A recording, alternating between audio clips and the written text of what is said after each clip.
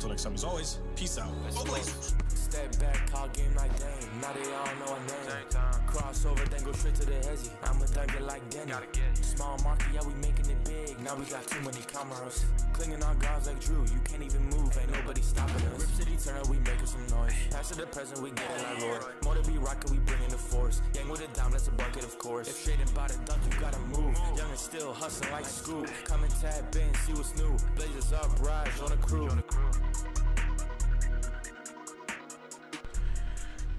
What's going on, everybody? Welcome into the Blazers Uprise post-game show presented by Sleeper. Today, the Portland Trail Blazers turn it around defensively as they give up only 77 points to the Phoenix Suns, securing a 15-point victory, 92-77, a game that Donovan Clingan dominated. It's going to be a lot of fun to talk about the effort that guy put in today, and this might be the greatest two-game turnaround in Blazer history. They give up 80 less points than they did last game. Of course, this was it was an easier opponent tonight, a shorthanded Suns team. But man, what a difference 2 games makes. To go from giving up 157 to only 77 in this game. It was the most points the Blazers gave up last game. This is the least amount of points the Blazers have given up in a game all season long, as the Suns can't even score half of what the Denver Nuggets did. So we're going to talk about what looked better today. We're going to talk about some of the offense. We're going to talk about Deni Avdija. We have to have a tough conversation about him and his back as he tweaks his back on the second offensive possession of the game and sits the rest of the game was shooting at halftime. But what should the Blazers do with him? We're going to have all those conversations today. Eric, what's going on, man? How's your weekend been? Weekend's been good. Good to see the Blazers back in the win column, but unfortunately, this game was marred by a couple players going out of the game early on. Fortunately for Clingan, he was able to come back in and play the rest of the game because he had a monster game. But unfortunately, like you mentioned, we're going to have a conversation about Deni and being in and out of the lineup. And this just isn't good overall. Yeah, I mean, this is multiple times now that he's tweaked this back injury he's dealing with and ended up missing some action, unfortunately. And I don't know, man. I'd like to trust the medical staff that they know what's best for Deni at this point, but it's hard to trust the medical staff. So we're going to table that conversation for later. First, let's take a look at the team stats from this one. The Blazers, this is just a weird game all around. If you look at the free throw shooting, the Blazers 6 for 11 from the line. The Suns only 6 for 6. The Blazers only committed 11 fouls. So they did a really good job of not fouling in this game. The turnovers were still very ugly. The Blazers 21, but the Suns 23. So the Blazers were able to force some turnovers against the Phoenix Suns team without Devin Booker. Jalen Green didn't play a whole lot in this game. He sat for a while there in the second half on the second night of a back-to-back. This is a Suns team that played a double overtime game last game, and they looked like it today. Had to play multiple rookies. You saw Rasheer Fleming get some time. You saw Malawach play a little bit. This was a very shorthanded Suns team, but they have played good basketball despite being shorthanded. The Blazers did a much better job on Colin Gillespie in this game. Just overall, really good job defensively, holding the Suns to 37% from the field, 26% from 3, and only sending them to the line 3 separate times. 3 separate times. 6 free throws total for the Suns. So Just really ugly basketball game from an offensive standpoint, but really nice to see this Blazers defense finally show up and do what they're supposed to do against a shorthanded opponent. I mean, they did what they were supposed to do. Yeah, I think that's how you put it. I'm not going to read too much into the defense in this game because of the players that were out on the other side, but this is more in line with what we expected the Blazers defense to look more like, creating turnovers and also preventing other teams from scoring. But they didn't really have a penetrator in this game, and they didn't really have any inside presence. And that's obvious with the 34 points and then the domination by Donovan on the other end. Yeah, we're going to have to talk about him. Still got to clean up the turnovers. Going to talk a little bit more about that tonight as well. It's just such a consistent theme, even against a shorthanded team. It's just such a consistent theme from game to game right now, and it's such an issue. Good defensive game. Still only scored 92 points against the shorthanded Suns team. Offensively, it was not the prettiest of games for the Blazers. But this is a good win to get against a team that, if healthy, this was going to be a tough win. The Suns have had the Blazers' number so far this year, so really good to get a win on the board, especially after that disgusting loss the first game out of the All-Star break. So, we'll break it all down. Point paints, the Blazers won that battle. This was the Donovan Clingan game for the Blazers. Clingan, let me pull up his final stat line here. I don't have let me get the box score ready for you guys. 23 and 13. 23 points, 13 boards for Clingan. Got into it a little bit with Ryan Dunn there in the second half. Ryan Dunn kind of walked up to him, walked into his face, was kind of weird, and Clingan kind of shoved him away. And it was funny to me because Ryan Dunn shoved Colin Gillespie right after that because Colin Gillespie was in his way and he wanted to get to Clingan, although I don't think he actually wanted to get to Clingan. But I thought it was funny how Ryan Dunn shoved Colin Gillespie harder than Clingan shoved Ryan Dunn. So that was a whole bunch of nothing. But then Clingan hits a 3 after that and was smiling at the Suns bench. That edge that Clingan plays with that we've talked about how we'd like. He played with that edge today, finishing with 23 points, 13 boards, 3 assists, 4 blocks. He did have 5 turnovers, but whatever. He showcased the full package today. Another 3 for 6 shooting night from 3.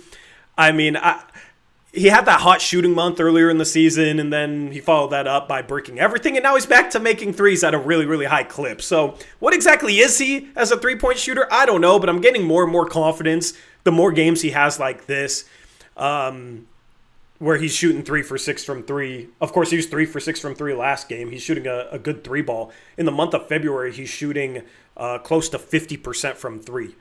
And, of course, in December, he was 52% from 3. The volume's a lot higher, though. He's shooting about 4 threes a game compared to 2 a game that he shot in December. So, really, really good shooting stretch from Donovan. And he just looks fresher. He had 23 against Utah before the All-Star break, but he said in the postgame press conference it was good to get some rest. And he did a phenomenal job protecting the rim today. Did a great job on the boards. Finished well. Had a couple rolls where he caught the ball high and kept it high and finished. A couple nice lobs. Drew threw a couple good lobs today. One of them was to Rob Will, but also found Clingan. Really, really impressive game from the big man, and it's really fun to watch him play like this. Last game, he only played 19 minutes in that blowout, but still had 15 points. Still was solid on a night where not many Blazers were solid, but tonight completely controlled this game on the defensive side of things with those 4 blocks and forced so many misses around the rim from Phoenix. Only 34 paint points for Phoenix. Speaks a lot about the job that Donovan Clingan was able to do tonight. Yeah, check Discord real quick, Tori. Donovan was great. I actually felt like there were times in this game they could have gone to him a little more. He had several pick and rolls where he got a smaller guy mismatched onto him. And could have probably taken him inside or we could have maybe posted him up. We know that's just not his game yet or may never be, but I thought tonight that would have been a good time to talk about exploiting mismatches like we've mentioned on previous streams. So that was the only, I don't necessarily blame Donovan for that. That's more of a product of our system and our offense, but that was the only thing I wanted to see more of from him in this game. He hurts his hand or wrist or something earlier in this game. His hand's been an issue all season. Yeah, had to come out for a second, but then comes back on the floor. So thankfully, he seemed fine the rest of the game. At least I think it's his offhand. So that shouldn't be. And man, we talked about how he's, a few weeks ago we were talking about, or at least I was, about how I didn't feel like he was moving very well on the court. And it seemed like he had put on some weight and had a lower leg injury or something that he wasn't disclosing. But man, to get up on that dunk, that pass was behind him and he reached back, and to throw it down when you have no vertical, to be able to do that though, it was pretty impressive and just showed that maybe he's back to moving better. And it was nice to see. The Blazers needed it tonight because until the third quarter when they went on a run and went up 20, this game was not going particularly well. Like, we could not score. We were stopping Phoenix, obviously, but we were right there with them in terms of futility on offense. So it was nice to see the Blazers break out a little bit in that third quarter and at least get a lead and make this game a little bit more comfortable, because it would have been bad if they let this team hang around and last night without Booker and after Dylan Brooks went down, they win a game in double overtime against the Magic. So they should have been tired tonight once again. Blazers playing on the rest advantage. So that should have been also in the Blazers' favor. So it was frustrating that the Blazers struggled in this game, but good to have that performance from Clingan.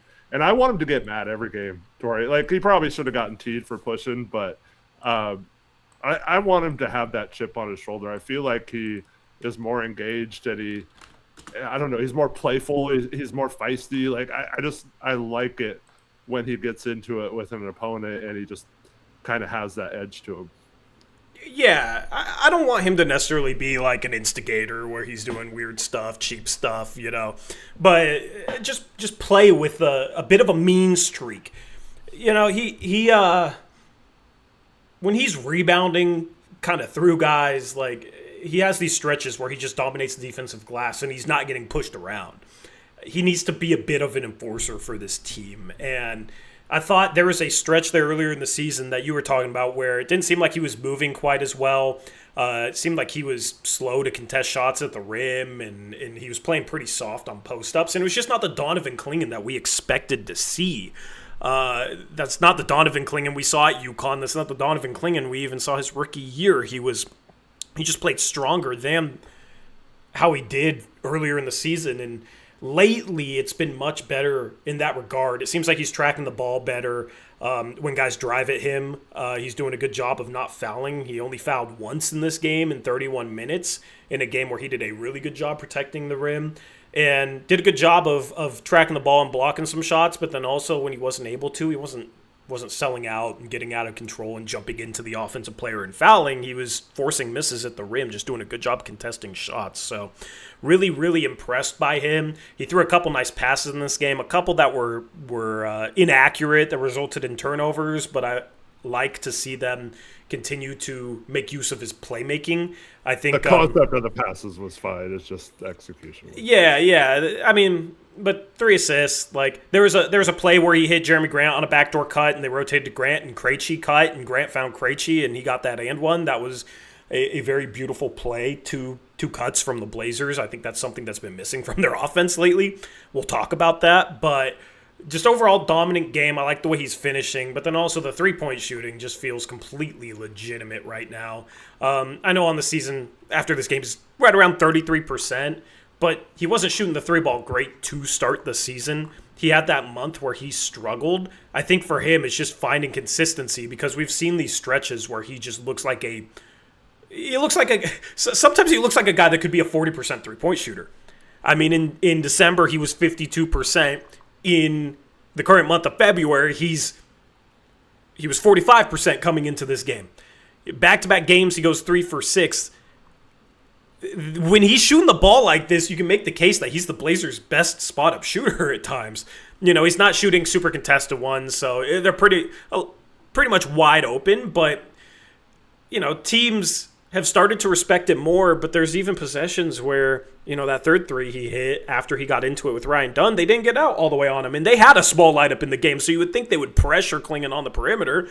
They didn't even get out all the way on him, and he's just making teams pay when they don't guard him behind the three-point line right now. Out of his last 5 games, 4 of them he's shot 50% or above from 3.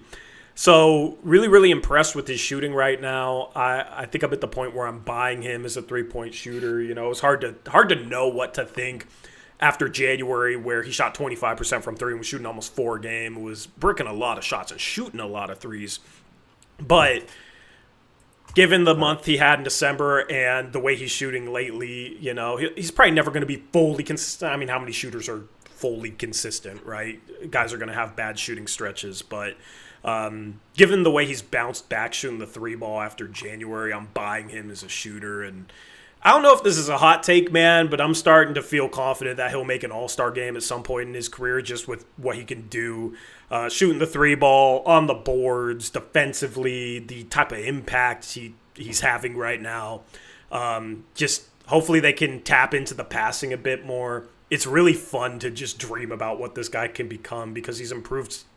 He was good as a rookie big, and normally those guys take times, but he's improved going into year 2, and seems like he's getting better right now and just having more and more of an impact on games, especially this month. So it's really fun to dream about what he can be because he's only going to continue to get better, and he's playing some really, really good basketball right now. It's always scary lately when you give I'm buying into something because it seems to tail off. So hopefully that didn't just curse it. I was looking at Miles Turner earlier, just kind of curious. He didn't shoot a ton of threes his first couple of years. His first year was 21.4%, only shot 0.2 per game. But I'd imagine that wasn't. Did Donovan shoot over 1 a game last year? I don't know. Maybe not. Second year, he shoots 1.4 a game and shoots 34.8%. And then it's kind of varies between 33% and 39% the rest of his career. But I see no reason why he can't kind of be in that range. He's got decent enough form and he's hitting it well enough. You mentioned consistency. I think his shot should be somewhat. I think he doesn't seem like he should be a streaky shooter. It's like he should be able to make a few every game, and he'll miss a few every game, but not like 0 for 10 stretches or 0 for 15 stretches, but also not like 12 or 15 stretches either. So I feel like he could be a little bit more consistent with it, and hopefully that shows up at some point. Yeah, I mean, the conversation has gone from should he be shooting any threes and can he become close to a league average 3-point shooter? That was the conversation coming into the season. And now it's just like, okay, we have some stretches where he's making a very high percentage of threes. Can he become consistently like a 37, 38% 3-point shooter? That shows the progress he's made as a shooter because we're having different conversations now than we were at the beginning of the season. And he's just a legitimate threat. I feel good about him shooting the 3-ball. He's kind of becoming the guy, at least lately, where if he misses his first couple threes, I'm expecting him to make his third one. So if he can be close to what he was in December and February and not what he was in January as a shooter, then the Blazers are in really good shape. And I think there's still some untapped things offensively for them to tap into with him being a playmaker at the top of the arc, especially if he's a shooting threat from there. We've talked about not having enough off-ball actions. I mean, I think he can be a bit of a focal point and a bit of a hub at the top of the arc if he forces the big man to come all the way out on him, and then you have more offensive talent next year. You have Dame next year. Young guys maybe take a step. Maybe they make a trade. I think the Blazers moving forward next season and beyond can be creative with tapping into what he could do offensively, and I expect him to continue to grow. So that's where just watching him dominate a game like this makes it fun just to envision what he could become and how he could be utilized in future iterations of the Blazers offense. So really, really happy with his play as of late. This is what I envisioned before the season when I was like, I think Clingan's going to have a dominant year. I think he's going to really show people that he's taken the next step. And he's had some stretches where he struggled, but it didn't really feel like he was 100% this year. This stretch of February was exactly what I envisioned from him coming into the year, where he's knocking down threes, he's protecting the rim, he's making some nice passes, he's dominating the boards, he's finishing on the interior, all that stuff. So, and it's not like he wasn't going up against a opposing center that wasn't formidable. Mark Williams has had a good year. He only played 15 minutes. But he had good moments against Mark Williams. Mark Williams had basically no impact on this game. So really, really happy today with Clingan. I know we haven't done player of the game polls lately, but chat, he has to be player of the game, right? Let me know if you'd vote for anybody else, but hopefully he keeps it up, because especially if Denny's out, this team needs Clingan to be productive on both sides of the floor. They needed his scoring tonight. They only scored 92 points, and Clingan was 9 for 13 with 23 of them. So just imagine if he wasn't scoring the ball. Shout out to some Blazer guards for finding him, though. Drew did a good job finding him today. I wish other guys would do a little better job of setting him up. But overall, yeah, great game from him. Yeah, my favorite play tonight, though, was one we haven't mentioned. It was he basically used his body and one of his arms to fight off two guys on an offensive rebound, tipped it to himself with one hand, pulled it down, and then splits the defenders and ends up reverse laying it in. Just phenomenal effort. You can tell when he knows a player's about to shoot, he's already looking at the rim, trying to find the best route to get there and be in position. And just really like his effort on the glass lately. And we've needed it because without him, we're not a very good rebounding team. So shout out to Donovan for kind of carrying that lately. Yeah. What do you think the Blazers did a good job of defensively? What do you think was different from Friday night? Well, I mean, for one, the other team didn't have Jamal Murray or Nikola Jokic, so that helps. There was nobody you had to come up with a good game plan against, which the Blazers drastically failed at on Friday. I mean, you mentioned it. Colin Gillespie is someone who could have killed us in this game and might have at different points in this season. Did at one point in the season.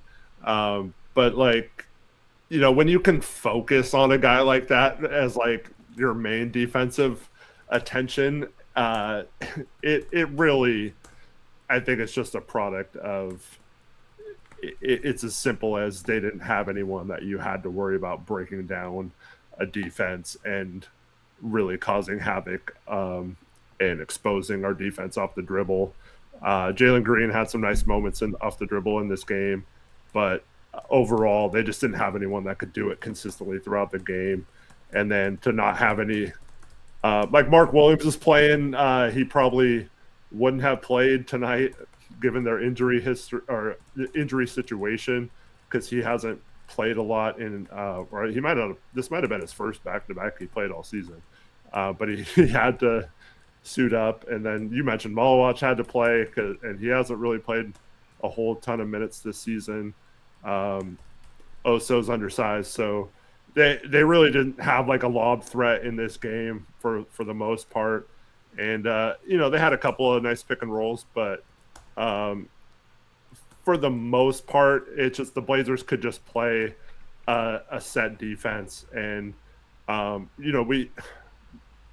it kind of ruins it when Denny goes out right away. But then the second half, we start Chris Murray. I don't know why, but we started Chris Murray. And so we continually went with that forward lineup. And, they didn't really have a lot of floor spacers either that you have to worry about.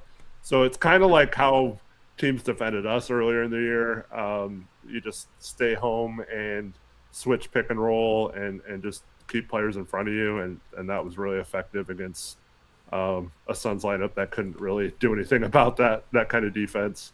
So I think it was just more a product of not something that Portland, oh man, they just dominated this game defensively. And of course they did, only giving up 77 points. But I think it's just, it's I wouldn't say easy, but it makes it a lot more simple when you don't really have to design a special game plan to counteract something that the other team's doing well against you. And when you can just play a base defense, it's really easy.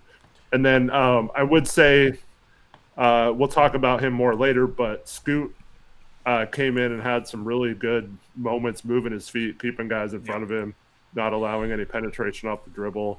And I think that helped a lot as well. Yeah, there was better individual defensive efforts today, but also I thought there was the effort was better. the effort was better than it was against Denver. I think the play that punctuates this was the play where Tamani blocked Isaiah Livers' three and then got that fast break dunk. Just perfect rotations by Scoot and Tamani, where Tamani was kind of in help side. Robert Williams had to help over onto the drive. Tamani helped down to take away the setter that Robert Williams rotated towards the ball from. And then the kick-out pass was to the corner, which Tamani was initially guarding. Scoot did a good job of taking the first pass out. The ball got swung to Livers at the top of the arc, and Tamani was able to recover from the block, helping on the dump-off threat and rotate all the way out to Isaiah Livers' three and block that shot. And it was just like quick, urgent rotations that I think the Blazers at times this season have been very slow to make those defensive rotations on the weak side, and it's resulted in either some easy threes or players scrambling too hard at the last second to rotate out, making them easy to attack, opposing teams attacking closeouts and being able to get the Blazers really, really stuck in scramble mode. So I thought the rotations were better today. There were some really impressive individual performances. Clingan protecting the rim. I thought Krejci came in and played some really good defense in this game. He impresses me when he gets beat off the dribble with his ability to recover and stay in plays against some quicker players. He had a couple blocks today. Team defense was good, but I do think part of it was the matchup. The Blazers were able to not let Gillespie kill him. He still had 18 points in this game, but when the Blazers are able to load up towards the ball and not worry about other three-point shooting threats off ball, they play much better defense. And play much better defense. And when you have when the team goes small and you can put Clingan on Ryan Dunn, who's not really a shooting threat, then they're able to have some success. It's different than putting him on Christian Brown, who hasn't shot the three ball well this year, but he was injured, so it's not the biggest sample. And he shot a good three ball the last 3 years, so that's a guy you don't really want to dare to shoot. Same thing with a guy like Josh Hart earlier in the season, who was shooting 40% from three, and the Blazers put Clingan on him and kind of dared him to shoot, and Hart made a couple threes. It helps when you have a guy like Ryan Dunn on the floor that you don't really have to respect his shooting, and that's why it's really tough to play those types of players. And unfortunately, the Blazers have had multiple guys like that this year that other teams haven't had to respect. It's nice to go against that, right? But there's multiple times where one pass away, they were kind of leaving their guy and helping on to Gillespie coming off a screen. And that's why he wasn't able to really get going. He had a couple shots there in the fourth quarter, but the second one was tough, contested. He's going to make shots at some point, but we only had 18 points. How many did he have against us last game? Jalen Green didn't do a whole lot. Ryan Dunn 0 for 4 from 3. Royce O'Neal 0 for 4 from 3. Isaiah Livers off the bench 0 for 2 from 3. Amir Coffey was 0 for 2 from 3. Bouye played 21 minutes. He was 0 for 1 as a team. They're 9 for 35 from 3. They got some open threes that they missed. But I thought the Blazers' effort, especially getting over the top of the screens, that was something I was looking for today. They were better getting over screens. So I just thought a lot of things were better today. The effort was better today. The matchup was easier today. So very curious to see how they defend next game, because they're going to be tested going up against the Minnesota Timberwolves, a team that's had the Blazers number so far this year. A Timberwolves team that lost to the Philadelphia 76ers. The Sixers had been playing some really bad basketball, especially without Joel Embiid. They didn't have Joel Embiid today, but they beat the Timberwolves on the road, 135-108. So no Gobert in that game for the Timberwolves, but they're a team that's kind of inconsistent. They kind of have these games where they'll lose to a bad team or get blown out to a team that probably shouldn't be blowing them out, like the Sixers today. I think this is a good test for the Blazers. Can they actually show up defensively against the Timberwolves, who have kind of had their number this year, and can they be in that game? They're going to have to score more points than they did tonight against a much better defense than the Timberwolves than what you saw tonight from the Phoenix Suns. But, it's kind of hard to say given the two ends of the spectrum they've shown the first two games. So, we'll see. We'll see if it's closer to tonight or if it's closer to Friday night when they go up against the Timberwolves. Yeah. I wonder in this game if Phoenix had Dylan Brooks, how much different it would have been, because he has been a little bit of a problem, not just for us, for a lot of teams this year. So I would have liked to maybe seen that, but I guess I'm happy to take the win. But overall, I'm hoping that we can just throw away the last game, and this game in terms of defense, I'm not gonna, like I said, feel like it was like a defensive masterclass or anything. They did what they were supposed to do against a shorthanded team, and it's better to do that than to not do that and have this be a game or be a situation where you lose or something like that. That would have been disastrous for this team. And but yeah, they did what they needed to on defense and made a lot of nice plays. So there's nothing wrong with that. I don't think it's a bad thing that they dominated a matchup that they should. Of course. And a lot of times in the past where that hasn't been the case, you can play down to competition. But tonight, at least defensively, I don't think that was the case. Well, I mean, here's the thing to look for moving forward. Teams that have guys that are able to hit threes coming off screens against a Blazers drop have given them fits. But then also, I feel like good teams have been able to get downhill and attack Clingan in the drop, and Clingan has to rotate over, and then they either have a dump-off threat or they force rotations from that point. Because if Clingan is playing drop and has to help on the guard, then somebody has to tag the roller, because in drop scheme, the guy guarding the ball that gets screened is supposed to go over the screen and force him downhill, right? But they're above the big man. So somebody has to kind of help into the paint to take away the big, which might leave a kick-out pass open. And if you have shooters, we've seen a number of shooters go off against the Blazers. And if the first kick-out pass is made and then the ball is swung, you're stuck in rotations. That is where the Blazers, I don't think, have done a good enough job this year. Against this Suns team, you didn't really – they weren't really forced to play good team defense. They weren't really forced to execute rotations a whole lot. They did when they had to, but this wasn't really a team that challenged the Blazers defense. They have to do a better job of they're going to run drop. They have to do a better job of executing it and executing the rotations on the backside, because they have not been consistent enough, especially playing a scheme that they play more than any team in the league, pretty much. So lots of stuff to look for moving forward from this defense. It was better tonight, but still don't really know what to expect out of it the rest of the season. They were 20th defensively coming into this game. That's just not good enough. So hopefully this is a turning point, but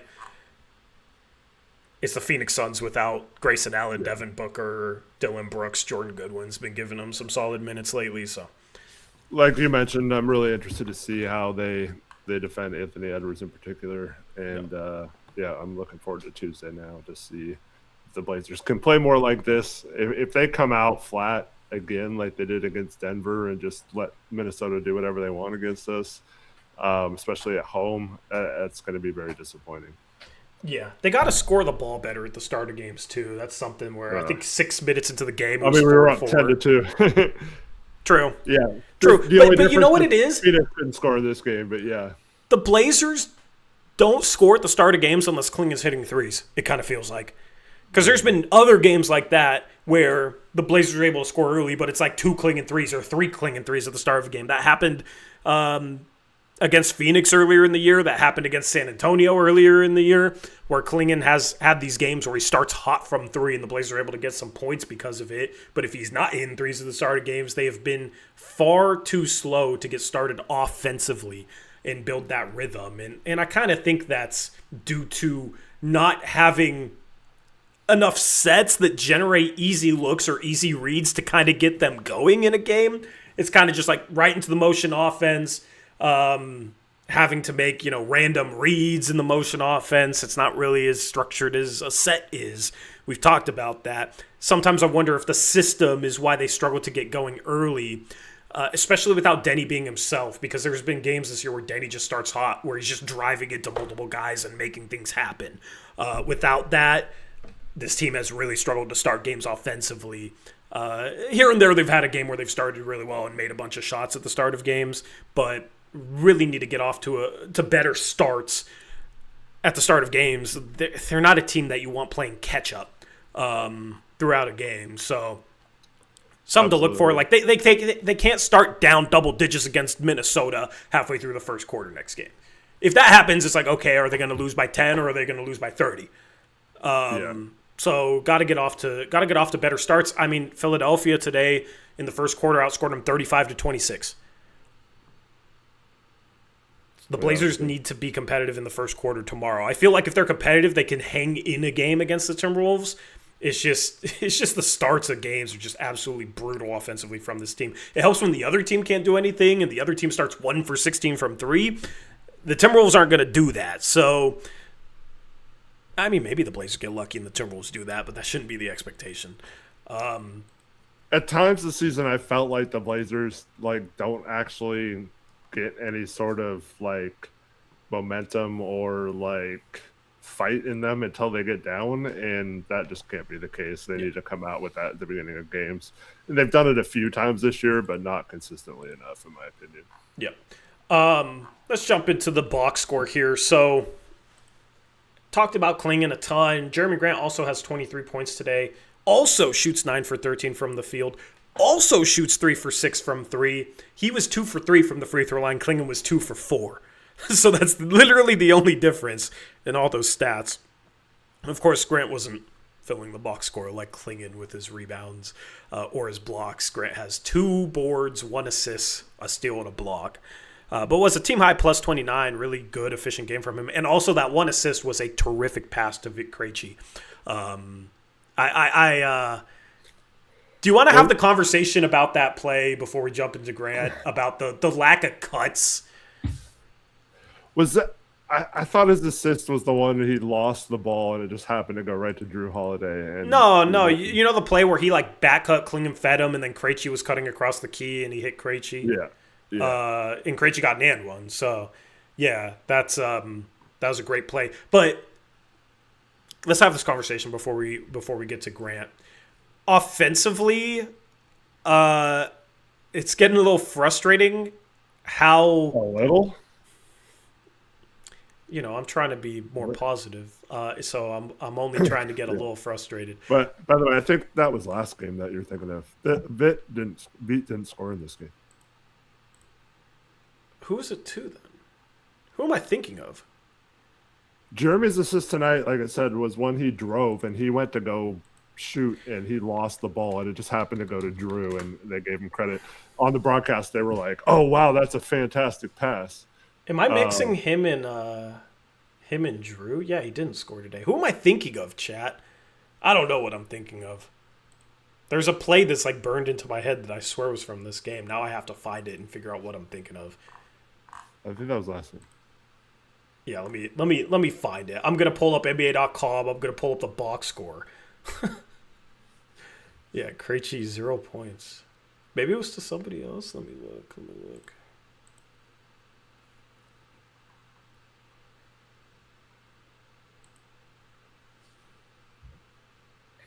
Tori got the Calabro mix-up going on. Nice. That's a funny comment. Am I thinking, is it a pass that Drew made to somebody else? Am I just completely mixing up the players? Because there is times where I confuse Jeremy for Drew. But But it wasn't V either, man. Yeah. It wasn't V either. Let me find this play because it's going to drive me insane until I find it. Maybe it was to Chris. Maybe it was to Chris. No, it wasn't to Chris. Who was it to? It might have been the opposite. Veet to Grant. Yeah, maybe that's what it was. Let me. Because there was a nice play where Veet cut and then Grant cut. Yeah, I think that was it. I don't know if it was an and one, but that would make sense. I'm looking at his assist because this is going to drive me crazy, chat. Yeah, it was Veet to Grant, not Grant to Veet. Yeah, that's right. Okay. I just remember Veet flexing under the hoop when Grant made the and one, I was thinking like Veet made it. So anyway, I was trying to give Grant a compliment on a really nice pass, but I'll give it to Veet. That play was a terrific play, yeah, because it was Clingan hitting Veet on the back cut and then Grant cutting across the paint. Because the Suns today did so much ball watching when the ball got beneath the free throw line. And Grant, that cut was there because his guy was just staring at Veet who back cut. So he wasn't paying any attention to Grant. He didn't have Grant in his vision. He was just ball watching. The Blazers, this cut was a huge principle of their motion offense coming into the season, but they've been making this cut less and less. And it's getting frustrating because there have been so many turnovers where the ball gets basically to the rim, but there's help.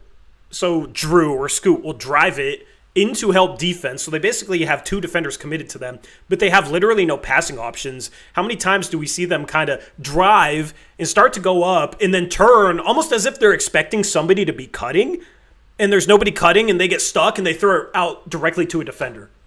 And of course the reaction is like, what are you doing? You drove and then threw it right to a defensive player. But if you're driving and a principle of your offense is, okay, you drive and somebody's cutting to the middle of the paint and there's nobody there, you're expecting somebody to be there, and you kind of go up like expecting somebody to be there and there's nobody there and you get stuck and you throw it out to a defensive player. There's been so many moments like that lately during this stretch where the Blazers are turning over the ball like absolute crazy, where somebody's getting stuck at the rim and then trying to kick it out and throwing it to a defensive player. There should never be a situation where a player drives and gets two defenders committed to them and doesn't have a teammate that's open to pass the ball to. But when the Blazers have four guys standing around the arc and there's help defense and the defense is set, they're kind of able to play, three guys are able to play four, right? You're able to play in between offensive players and kind of play both passing lanes. If one of those guys cuts, you can't play both as a defensive player. So you kind of got to commit to one of them. So it's been really frustrating, the lack of cutting from the perimeter. In that play that I'm talking about where Krejci hit Grant on that cut was there. That cut was there all game, and they were barely making it. And I think that's why you've seen a lot of turnovers lately where the Blazers are driving the ball to the rim, getting a help side defender to commit, and then throwing it back out to a defensive player where it's like they're literally passing it to a defensive player. They don't have options, and nobody's cutting. And it's almost like there's a disconnect between the guy driving, expecting somebody to be cutting to the rim, because that's a principle of their motion offense, and nobody's actually doing it. So something they need to do more of. It's getting a bit frustrating how this cut was there all game long, and it's just four guys just spotting up, wanting to shoot threes. Well, Grant makes a nice cut after Veet does, but it's kind of funny that the play gets started by a cut by a guy who hasn't been here to run that offense that we were supposed to be running. Yeah, well, it was a backdoor because he was being overplayed. Yeah. But that's the thing with Veet shooting. People will be like, oh, he's not shooting the ball well. That play was possible because teams are worried about him coming off a handoff and shooting the ball. That's why he was getting overplayed. So then he back cuts and makes the right play. Yeah, but Veet's been cutting a little bit. He's been trying to get into the attack closeouts and stuff like that because teams are overplaying him on the three-point line. And I think that's it hasn't really shown up in the score for these last two games, obviously. But I think as the rest of the season goes on, hopefully that wears off on some of the other players to cut and attack in those situations, because the plays where we had good movement like that and good passing, how do you stop those plays? Like you can't really. So I never understood why there's such a lack of that movement. Yeah, they just get too 3-point happy, even though they're not a good 3-point shooting team. Scoot needs to make that cut more, and he's not. Scoot, I think, would be really good making that cut. He's athletic in space. He can rise up in space. He's at 6'3", it's hard in traffic, or if he's getting bumped, he's not that level of explosive to be able to explode through contact, quite like some of the most explosive guards the past 10 to 20 years, prime Westbrook, guys like that. But you get him in space cutting to the rim, I'm expecting him to punch it on somebody. Or I'm expecting him to make the right play if they overreact to scoot cutting to the rim and just find the wide open shooter. But he has not made that cut. There's been multiple players, though, that need to make this cut that unfortunately aren't.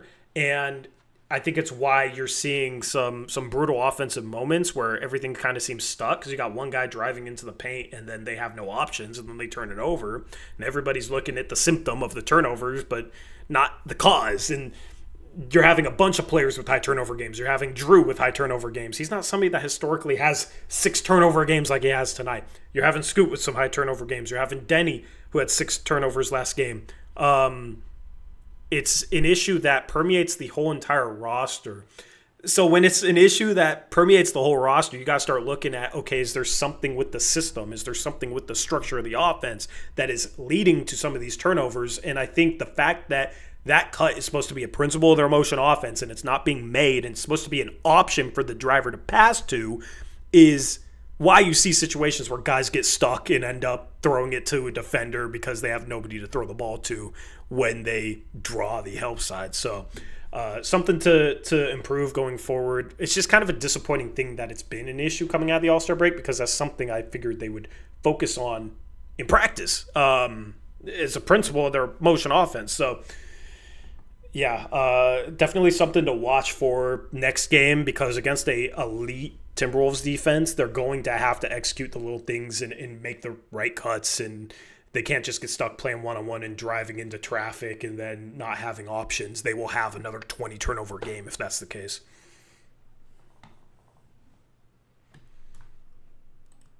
You're muted, by the way. Scoot did have a nice backdoor cut and finish in this game. I definitely had to see him do that more. I mean the like cuts from the perimeter into the middle of the paint when the ball's driven. Right. But yeah, the backdoor cut, that stuff when you're overplayed, absolutely. Absolutely. That's that's a different type of cut. Just you're trying to go get the ball, somebody's overplaying you go backdoor compared to like I'm spotting up. Am I going to cut from the perimeter when I'm spotting up from the weak side? Like that's the cut that's there. And, he got an open corner 3 in this game where I thought he could have cut as well. I think he's somebody that if he's shooting the 3 ball well, sure, spot up, but it wasn't the best 3-point shooting game from him tonight. Just multiple guys could be cutting better right now, and I think it would make the offense a little bit more clean. But Jeremy Grant, 23, 2-1. What'd you think of him today? At the beginning of this game, we mentioned we are struggling offensively. I was like, has Grant done anything in this game? Like, where is he? And then he got it going there in the second half. Was a big part of that run. We went on to go up 20. But like, yeah, I thought he was fine overall. I mean, didn't really do much outside the shooting, but yeah, I mean, hit some threes. Don't miss a bunch of shots. Don't turn the ball over a bunch, which he didn't turn the ball over at all. And so yeah, I thought he was solid tonight. At least scoring the ball wise. That dunk he had was really impressive. Yeah. That was impressive. Another good cut. Yeah. Yeah, I like it when he's driving strong and sometimes he forces the issue, but that's kind of his game, right? Is just trying to get downhill to the rim or shoot the 3 ball. I've liked how he's not settling for mid-range jumpers. He's not being too finesse. Like I like when he just has the attitude like I'm getting to the rim or you're going to foul me. And that's how he played tonight. He was very aggressive, putting the ball on the floor when he wasn't shooting threes. And this team needs him to be a legitimate scoring threat. I mean, against Denver, he was pretty much a no-show offensively. Yeah. So need him to be more consistent, maybe a little bit more consistent of a scoring threat. He was consistent at the start of the year. He's had some rough games lately. So really like what he did today because his team needs him, especially without Denny, especially without Sharp being able to give you some buckets. You need somebody that can just be aggressive, knock down some threes, and get to the rim, get to the line. He only got to the line. He only shot 3 free throws today, but I mean, collectively, the team's only shot 17. So is that a high free throw game in this game? You know, it was kind of weird in that regard. So definitely not a free throw game, which is kind of nice change. But yeah, that's why the game went by so fast. This game was done. It started at 5:10 and was done at like 7:10. It was like a 2-hour game. It went by very, very quickly. So, you got Tamani Kamara. He had 12 points. 12 points, 10 rebounds, 2 assists, 5 for 9 from the field, 2 for 6 from 3, was a plus 26. A couple impressive defensive moments, drew multiple offensive fouls. I still feel like his defense, it's great when he's drawing offensive fouls, but there's a couple times where he just got lost off the ball in this game. One was like Oso's backup for a dunk. I just wish he was a little bit better off the ball. But solid game from him nonetheless. Yeah, it was all right. I like that stretch where he was really aggressive. Maybe not shooting a 3 off the dribble, bringing the ball up the court, but aggressive. But, yeah, he was fine tonight and had a lot of boards. Good to see him have a double-double. And then no turnovers. That's also good. Like, our role players should not be getting a ton of turnovers, and tonight it wasn't as bad as it had been in previous games. So mainly the only people turning the ball over tonight were the ones that were handling the ball a lot. Well, I was going to say, speaking of a lot of turnovers, Drew Holiday had 6 points, was 3 for 12 from the field, 0 for 4 from 3, had 7 assists, but 6 turnovers. Not a good game from him. I did love 4-by-5 with turnovers. Yeah, I did love some of the passes he threw in this game, some of the lobs he threw in this game, the way he got bigs involved. But outside of that, kind of a forgettable game. He's playing too slow in the middle of the floor. There's too many times where he's driving from the top of the arc and he kind of slows down and tries to get, methodical and slow his pace down in the middle of the key. And he lost the ball multiple times doing that in this game. It's one thing if you're doing it from the wing because you can drive into a guy and kind of turn your back to the baseline and see the whole floor and see any help that's coming. But when you're in the middle of the floor, you can have help coming from both sides. And it's really, really tough to kind of slow things down and play the way that he tries to play in the middle of the key sometimes. This is where, when they have Dame next year and he's more of an off-ball guy and he's maybe driving from the wings because he's playing more on the wings instead of being the point guard, maybe he can kind of play this style a little bit more. But he needs to clean it up. Turnovers are an issue lately. He still has I ran the numbers last night. He had like a 2.4 to 1 assist to turnover ratio, which is fine. It's just an issue lately with him turning over the ball at this clip. That wasn't an issue earlier this season. Yeah, like it's getting rough. He had a 6 turnover game against Minnesota last time we played Minnesota before the All-Star break. He had 3 turnovers last game with only 2 assists. On the month, he's averaging over 3 turnovers per game. But he's also one of the guys that drives into the paint and draws multiple defenders and will turn it over, trying to kick it back out, trying to look for a cutter. So there's just, I don't know. There's just so many possessions where he drives and he's seeing multiple defenders, but I'm not really sure what the next play is.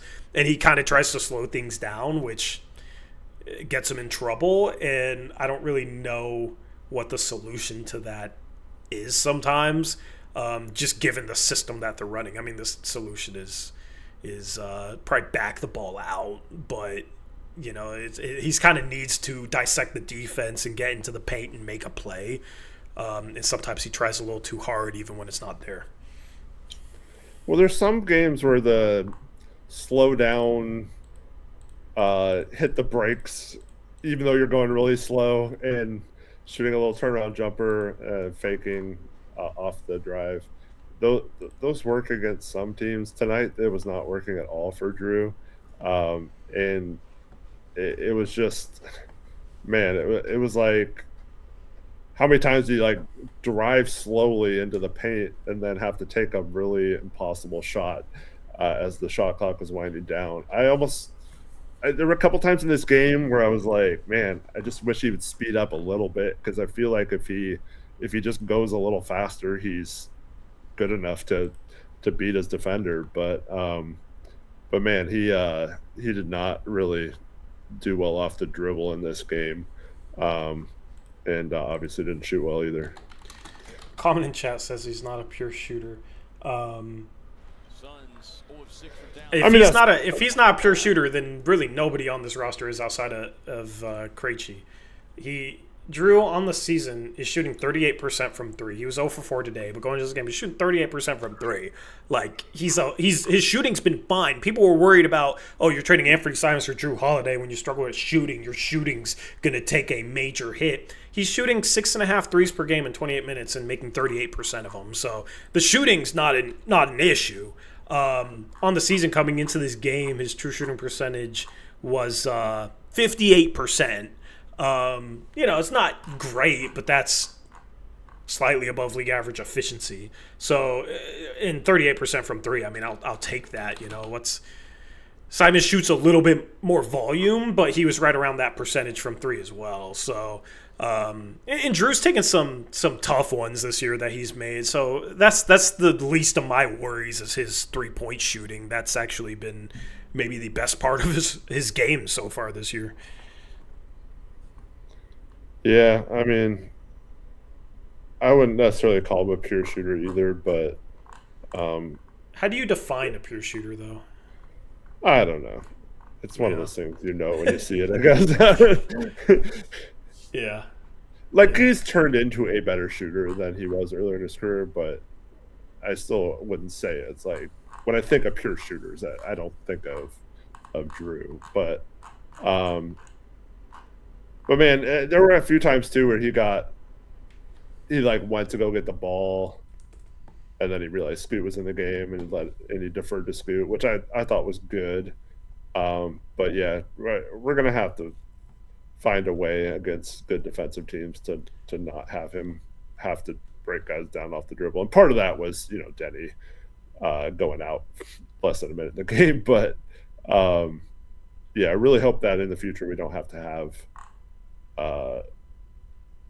have him really break down too many defenses off the dribble. If he's making passes out of just the regular flow of the offense, I think it would be better. Yeah. Agreed. Denny, we'll have that conversation after we get through the players. Scoot today, I kind of just want to respond to a comment in chat. How many shooters are as bulky as Scoot Henderson? Few and far. I mean, there's Desmond Bane's pretty bulky. Like, that's not something that hurts your shooting. I mean, it can, but I don't. Not to the level it's fair to say that about Scoot yet. Yeah, not to the level like Scoot's strength. It's kind of a. I'm not worried about Scoot's shooting either. This was a bit of a rough game from him from an efficiency standpoint. He was 1 for 6 from 3, 4 for 14 from the field, 6 assists, 4 turnovers. So, 1.5 to 1 assist turnover ratio. Would like for him to kind of clean things up. But he had one of those passes I'm talking about where he drives and he jump passes seemingly expecting a cutter and there's no cutter there. And guys have to do a better job of coming to a controlled 2-foot stop so that it's not a jump pass. I'm fine with jump passes if you know exactly where you're going with the ball and you see a teammate. And maybe it's you're getting into the air to get the defense to commit so you can give a teammate more space to make a shot on a dump-off pass or whatever. Like, some people say jump passing is a cardinal sin in the game of basketball. Controlled jump passing where you know where you're going with the ball is fine. It's the one where you get into the air and you don't know where you're going with the ball that gets you into trouble. And that's where you can't just – unfortunately, right now, you can't just expect that cutter to be there in the middle of the floor if you go up with the ball. And there's times where he's not playing under enough control and he's getting to the air and has a bad turnover where he just needs to come to a 2-foot stop, which that's something he worked on a ton this offseason with his trainer. We talked about in the offseason all the YouTube videos. A lot of it was coming to 2-foot stops and making plays and like giving himself a chance to read the floor. But he hasn't really been doing a good enough job of that. And sometimes I wonder if that's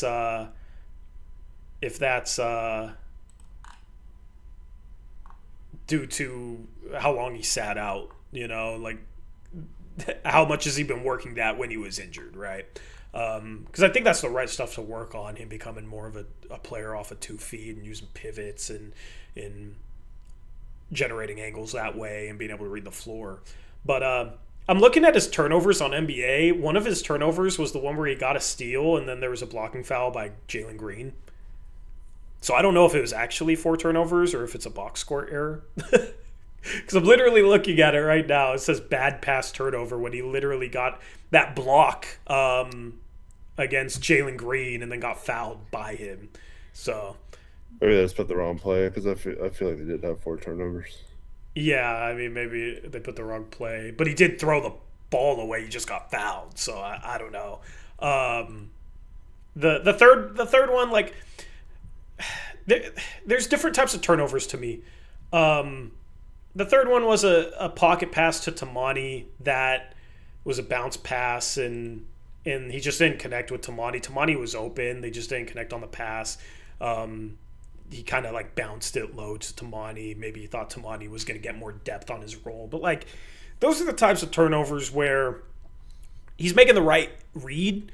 It's just the execution of the read, and maybe he's just not fully on the same page as Tamani. We saw that earlier. I don't know if it was last game or the last game before the All-Star break, but I think it was the last game before the All-Star break. I talked about how there was a play where Tamani went to slip and then stopped, and Scoot thought he was going to keep going. So when you pass the ball a lot, and especially when you haven't really played all season, you're kind of getting back into the swing of things. Like we see this with teams at the start of seasons. It takes them games to kind of get on the same page and build that chemistry. And even though Scoot's played a lot with Tamani, I still think there's certain plays where it seems like maybe they're not on the same page in terms of Tamani setting a screen and slip and stuff like that.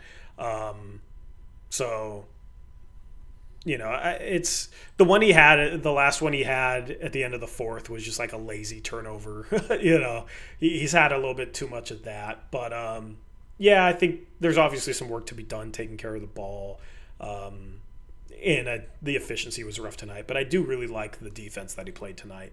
I thought off the ball he was good, and then on the ball he had some terrific moments, getting through screens, blocking threes. Like, really, really pleased with his defense. So, what were your thoughts on him today? Yeah, I thought he did like a bunch of things well. I hit a couple jumpers when he came into the game. One, he just happened to have his foot on the line, so it didn't count as a 3, so kind of messed up his stats a little bit. But he had a couple of nice finishes at the rim, some nice defensive possessions, some nice passes. And then you could also say he had some bad shots, some tough finishes at the rim, and a couple defensive possessions where he fell asleep. But overall, despite the shooting numbers and the shooting splits, I think it was a positive game from him on both ends. Yeah, it's still too small of a sample. Just like I said last game when he was 3 for 7, he was shooting 38.5% from 3 his first 5 games, so he goes 1 for 6 tonight. You know what I mean? If he goes 2 for 6, he's still at like 37.5%, 38%. Instead, he's at, like 33% now. So that's just the nature of a small sample size. You miss 1 3, and it changes your percentage that much. So, like, I'm not worried about his shooting yet. He took strides last year, and his form looks better this year. I think. Whoa, why's my? Hold on. Your mic is so crazy. Yeah. Okay, I fixed it. It was like my headphones or something. Apologies if anybody had to hear that, but I don't know. Like, I expected him to have a little bit of rust coming off this injury, and he had some really good games before the All-Star break, and now he's had a couple rough shooting games. It was 3 for 11 last game, 4 for 14 tonight. I'm not going to worry about that as long as he continues to kind of improve as the season goes on. But I will say if Avdija is out, I want him to start, and I want him to play 30-plus minutes. They need some extra playmaking. It can't just be Drew. And that's the opportunity we've talked about, like Scoot getting at some point, getting an opportunity to start, getting an opportunity to run the offense. We've seen Drew have some really rough moments in terms of turnovers lately. Like, this is a perfect opportunity for Scoot to step into the starting lineup if Denny's going to miss some time, try and replace some of that playmaking, and get the keys, so to say, to the offense a bit, because You're going to give him to Drew Holiday? I'm not sure. That's necessarily the best thing, given Drew's sloppiness at times lately. So they're going to need some more playmaking. It kind of pissed me off that Chris Murray started the second half after Denny got hurt, because, is this what we're going to do? We have Drew and then no other, passing playmaking on the floor. Outside of Clingan, I guess he can pass a little bit, but, you got Chris, Jeremy, Tamani out there. I kind of think, I want Scoot to start and get that opportunity. I also think they just need the extra ball handling and playmaking out there. Yeah, that's why I was excited not when Denny went out, but that Scoot came in right away for him and got that run right at the beginning of the game. Now, it didn't work out, but it's kind of tough to just come into the game a minute into it, and I'll try to get in the flow when everyone else has run up and down the court a couple times. You're expecting to be sitting there for at least 5 minutes, until you go in. It's just like a different preparation. That's why I thought they missed an opportunity to start him in the second half and started Chris instead.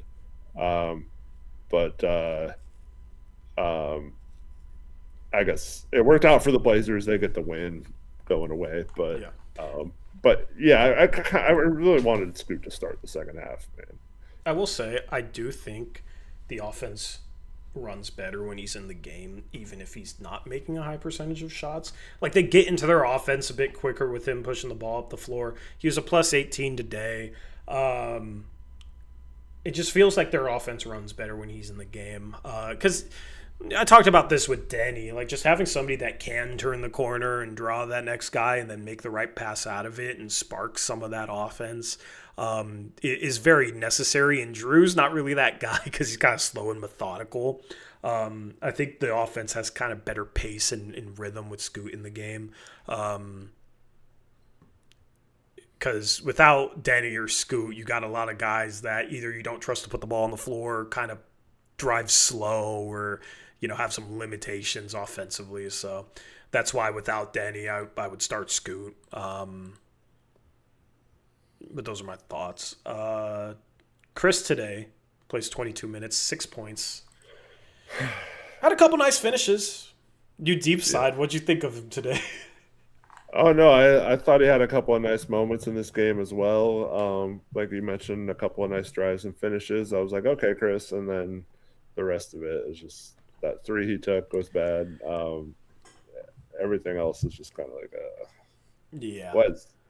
I wish this dude didn't have to get minutes, but yeah. I here's the thing, though. Given some of the other options today, I was fine with him getting minutes.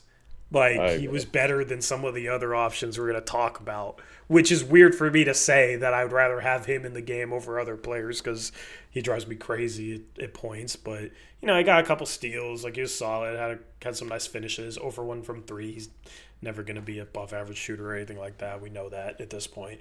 But he was much better than – let's just have this conversation. He was much better than Thibault. Thibault today was a minus 11 in 12 minutes. The team was a plus 26 in the 36 minutes without Thibault. When he was on the floor, you could see the effect that it had on the offense. Having a 6'5" wing out there with the skills of a center, with the ball handling and passing skills of a center. He had 2 turnovers today, no assists. He smoked a wide open layup. And then you didn't like that? No, he had a steal today, great. But right after he got that steal, he had a play where he jumped at 2 pump fakes. They weren't even good pump fakes from 3. He's just flying around no discipline defensively, and people have to rotate to cover for him, and it leaves the shooter wide open in the corner. And that was one of the few threes that Phoenix made. He's a free agent this offseason. I would not bring him back. I think his defense gets wildly overrated just because he just gambles so much. And against smarter teams, they're going to take advantage of that. He can get steals and deflections, but it's only on 5% of possessions. It's on a minuscule amount of possessions. And he's not really the on-ball stopper. He's not really that type of defender. and he just gambles so much for these steals. It's just like he's out there trying to get steals. He's just on his steals. And I think the lack of discipline defensively has been a major issue for the Blazers this season. I don't really think adding Matisse Thybulle back to the lineup helps with your defensive discipline. Given the way, like, he'll fly around, but it'll kind of be like a chicken with his head cut off. A little too much of that. And then offensively, just he has a negative impact on this offense. He was 1 for 1 from 3. He made his only 3, but you just can't trust him to dribble the ball or drive the ball. You can't. I mean, this game you couldn't even trust him to make a wide open layup. It was a good cut and nobody went with him, and he smokes a wide open layup. So, I know it's just his second game back and maybe there's a little bit of rust, but this has just been the issues with him so far in his career. It's why Philadelphia didn't play him in the playoffs early in his career. It's why they traded him away. So I just think, especially when you have other guys like Sissoko, Chris Murray out there, it becomes there's just some really rough offensive lineups right now. Yeah, man. He had that nice steal reading the passing lane up top and goes on a break and then turns the ball right back over. Dude, it's rough, man. I mean, that fast break was ridiculous. Sorry, I want to talk about that. I want to talk about that fast break. He has Bouye running back against him. He's on his right side. He just has to shield the ball with his body and finish with his right. And he tries to Euro step across him, and he brings the ball right in front of Bouye, and it gets stripped. Like, dude, you're bigger than him. He's not a terrible athlete either. It's just the lack of offensive feel. Like, if that's a big man, sure, you Euro step and try and reverse it underneath them. But it's a point guard, and you're bigger than him, and you're on your right hand. You literally just shield the ball and finish. And he just the lack of feel and skill offensively is rough. Yeah, absolutely. He had a couple of times. There was at least 3 times in this. Whoa, dude. Dude, I don't know what's going on. What do you keep doing? Oh. Nothing. Hold on. Let me mute. Hold on. Let me mute my mic and try and fix this because this is an issue. Thank you.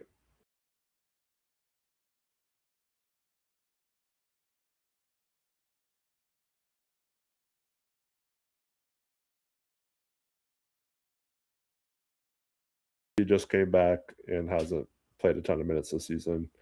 Sat out a really long time, but it was pretty rough in the minutes he was out there. Sorry, I'm trying to fix my mic. We didn't hear the first part. I don't really know. Like, I hear it ringing. Not really sure why. I muted Eric too. Yeah, because I'm trying not to let you guys hear the mic issues, because I'm sure you guys hear it too. If Eric hears it, you guys hear it. So, is that better? Are we good? When I bump my headphones, it's an issue. I don't know why. This mic will occasionally do that. So, trying to not make your guys' ears bleed. I think that's pretty important because I want you guys to listen to the post-game show. So yeah. Anyway, what was your final point about? I just said there were several plays in this game. I was like, dude, what is this guy doing?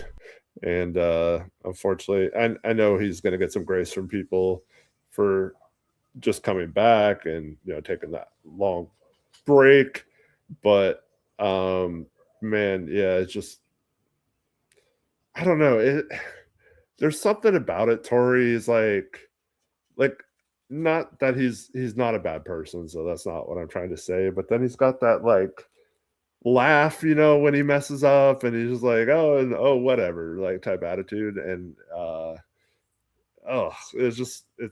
it's kind of grating at times when he's out there not doing well, and he's just kind of laughing. But at least it didn't cost us the game tonight, I guess. But at some point, if we have more injuries, we're going to need him, I guess, this season. But I mean, coach is going to play him minutes. Hopefully it just gets better as the season goes on. Yeah, absolutely. Hopefully my mic's good. Hopefully it's better. Yeah, I don't know, man. Like, I'm not the biggest fan of his style of defense, and I feel like people overrate steals. I've said it forever. I said it back when Gary Trent Jr. was playing for the Blazers. Like, people think if you get a couple steals, you're playing good defense, but that's only 5% of your possessions, right? Anyway, Robert Williams, what did you think of him tonight?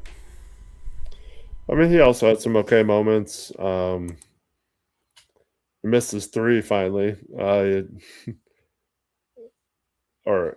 just missed one. Missed both free throws. Clingan also missed. I mean, he made his first two, but then missed those two shortly after he got that incident. But yeah, I mean, Rob had some. I mean, I don't know. It felt like he was having some impact, but then overall, geez, doesn't play a ton of minutes in this game. Yeah. Battle through, man. I don't know. Talk about the rest of the players. I'm trying to fix this issue. All right. So, but yeah, Rob was fine. I kind of want to save V for right before we talk about Denny. So that leaves Sissoko. I mean, didn't really do much either. Had that really nice drive to the hoop, and then $1 million drive and penny finish, and like just I don't know, just wasn't very impactful in this game either. You mentioned the -11 from Thibault. Sissoko was -10 in his minutes, so not very good, but only plays 15 minutes at least. And Blake Wesley only played 2 minutes there at the end, so not really worth mentioning. So that leaves V as someone we got to talk about now. The shooting has been a huge problem, for sure. A huge problem, or he was like, what, 38% coming into this game? Is that a huge problem? Like today it was a problem. Someone pointed out in the chat last night or last game that was wrong math or something. I'm going to go look what it was coming into this game. 7, 8, 10, 12 for... We don't have to do 16, 22. The actual math. We can just... 12 for 23. Or 12 for 33. That's above 36%. That's like roughly 37%.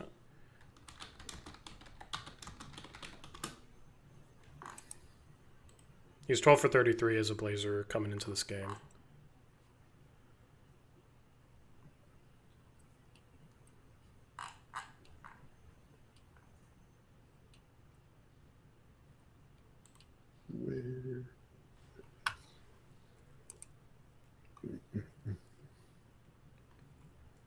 Your mic good? Yeah, it's like when I bump my headphones, it starts doing that. So I'm just going to try not to bump my headphones. He was actually 13 of 39 going into this game. Phoenix on December 3rd. Oh, you know what the issue was? On ESPN, if you go to his game log, it says after that Phoenix game, previously with Atlanta acquired by Portland. It says after that Phoenix game, so I wasn't counting that Phoenix game. So yeah, he's 1 for 6 in that Phoenix game. 13 of 39, and then which is 33.3%. Now it's down even worse. What, 13 for how many did you shoot tonight? 5, 4. Yeah. 4. Yeah, so 13 of 43. It's a slump. So I'm not worried about it though. It's a slump. Yeah. Okay. There's a difference between being a problem and being worried about it. I am not worried about the problem. I feel like he's got one really clean open three. He missed it. He was mad that he missed it. I feel like it's been fine. I feel like his shooting has spaced the floor a little bit. Once again, it doesn't show up in our offensive overall output, but I do feel like he is spacing the floor a little bit, and he's had to take some ridiculously tough threes. Like he had a grenade today. Yeah. The one he shot like at the end of the shot clock, we ended up getting the offensive rebound. It was just a good shot to get it off the rim at that point to save a possession. Like I said, we ended up getting it back. So I'm not worried about it long term. I feel like the shooting is going to come once we figure out how to utilize him a little better and not just have him take contested threes for the most part. But man, I've been really impressed with him being smarter on defense than advertised, and also just his ability to put the ball on the floor a little bit, his ability to cut a little bit, and you can definitely tell he has some point guard tendencies. Like I'm fine with him dribbling the ball up the court. Like he seems like very solid and someone who knows like what to do with the ball. And I think that's been, even though the shot hasn't been falling, I still feel like he's contributing. And I'm not just saying that because I want to like him. I mean, I do want to like him, and I want him to succeed here. But I do feel like even though he's not shooting great, it has been a positive having him on the court in most instances. Yeah, I mean, he's somebody, if you go through his career game logs, he's somebody that's prone to slumps over 5 to 10 games. But you look at this season, last season, the season before, he's 41% or above. Or I think he's now 40% above for the season. You know, he's in between 40 and 41%. So it's like, obviously, if he's going to have some of these slumps for 5 to 10 game stretches where, you know, he's at like 30% or whatever he is as a Blazer, well, on the season he's around 40%, then that shows you how good the good stretches are where he's hitting an insane amount of threes. Like he is very, very capable as a shooter. He just has some tough stretches, you know. The first, let's see, 3, 4, 5, 6, 7, 8, 9, 10 games he played last year. Some of it was only playing like 2 minutes in a game. But he was shooting like 20%. And there are stretches where he's lining it up. He's had a slump earlier this season as well, where he wasn't shooting the best three ball. Actually, it was right before he got traded here, so this is kind of like a prolonged slump. The last 14 games he's played, he's only shooting 30% from three. But if you look at before that, and you look at the first, I'm on Basketball Reference right now. If you look at the first 39 games he played, he was shooting 43.7% from three. And on the season, he's like 41%. That's why I'm not going to worry about it. If he wasn't a proven shooter, yeah, okay, the shot doesn't look too great. If he didn't have a 3-year sample size of him being a 40% plus three-point shooter, yeah, I'd be a little bit worried. But he's somebody that throughout his career always figures it out from three, always figures out a way to break out of his slump, and he should continue to shoot the ball confidently. Obviously, like, you can see some frustration lately when he misses a wide-open three. He expects to make every wide-open three. But it's not something that you should be worried about long-term or think, like, why do we trade for this guy? He can't make threes. You know, that's just being a little short-sighted and overreacting to a bit of a slump. So he has a pedigree as a shooter. I mean, if before this game, if you take out the first and last game, he's shooting 38%. So it's not like he hasn't had some good three-point shooting games during the stretch. He's had some good three-point shooting games, but obviously tonight was a bit of a problem. But he's not really getting the amount of open threes I really expected. And part of that is because he hasn't played next to Denny Avdija, with Denny Avdija being 100%. Like, this is a guy I feel like would thrive playing next to Denny if Denny's at full strength, sure, given the way Denny can collapse defenses. And unfortunately, he hasn't gotten that privilege. So, yeah, hopefully that happens sometime soon, man. But teams still respect him as a shooter and overplay him. That's why you got that backdoor cut. Like, it's helpful to have somebody with that reputation, even if they're not making threes, because defense is still going into games with, like, this is a 41% three-point shooter. This is their shooter. Like, you can't leave them. And if teams do start to leave them, I will absolutely live with Vit Krejci shooting wide open threes. Even if there's a game where, like tonight, where he misses some open threes, over the long term, the odds are going to work out in our favor with him shooting open threes if defenses want to start not respecting him as a legitimate three-point shooter. So, absolutely, at some point, you just kind of play the odds and expect it to figure itself out. Yep, I agree. But, I mean, last game they had the stat that we have like 124 offensive rating with him in the game. Now, I'm not sure the last couple of games with how poorly we've scored, how that's been hurt. But yeah, it might have affected that a little bit. But it's like, I don't know. You can kind of see that there's a little bit more space to work with when he's out there on the floor because he's spacing it. So that stuff's important. Like I don't believe that the lack of scoring in the last 2 games has been his fault at all, even though he shot bad. Yeah. Yeah, absolutely. City Sissoko, 15 minutes, 2 points, 1 for 3 from the field. He was a -10 as well. Eric, I think we're at the point where he should be out of the rotation. Oh, for sure. Yeah, I already said that. When you have mic issues, but yeah, like I agree. With him, Thibault, and Murray, who would you play first? Ugh. Why do we have to play any of them? Well, if Denny's hurt. I will say if Denny's healthy and able to play a full allotment of minutes with this roster right now, the first 3 guys off the bench are absolutely Scoot, Krejci, and Rob Williams. The question is, who do you play as the 9th guy? They should not be playing 10 guys. Well, it would be nice if Sharp was hurt or healthy too, so that way Yeah. Grant could come off the bench with those guys, and then we're fine. We don't have to worry about it at all. Yeah. The thing is those 3 guys are so like duplicative with some of their issues, some of their weaknesses, shooting the ball, putting the ball on the floor. I know City can have his moments, but you never know what you're going to get when he puts the ball on the floor. Some of the undisciplined defense from Thibault and Sissoko with the way he fouls, and Chris is more disciplined. But it's just there's lineups. I think there was a lineup at one point where you had all 3 of those guys on the floor together, and it's just like you can't have those guys on the floor together because you're not getting enough offensive output out of those guys. So yeah, I mean, but that's the thing. If you have to play one of those guys right now, or Blake Wesley, or shoot, Caleb Love is an option, right? Like who's your 9th guy right now? Yeah, I don't know, man. I almost would say Caleb Love, but yeah, he's not even. He was playing with the remix today. Yeah, at one point he was 2 for 9 from 3. Yeah.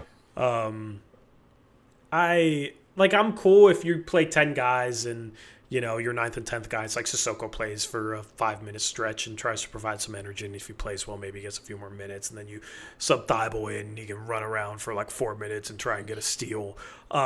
It's just they shouldn't really be playing extended minutes. Like I know Krejci struggled today, but 18 minutes from him in 22 from Chris Murray. I guess you can say Chris Murray played better, but 15 minutes from Sissoko. I think it's just too much trying to fit a 10-man lineup into things here, and I think at some point it would be nice to condense the rotation and not have to play City Sissoko 15 minutes and watch him do basically nothing.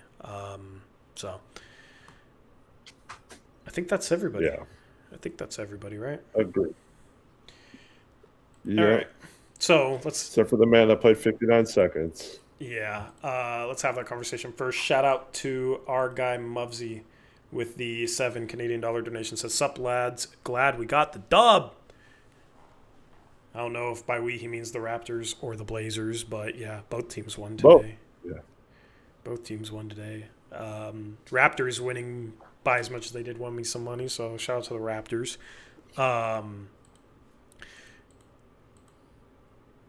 Yeah, thank you, Muzzy.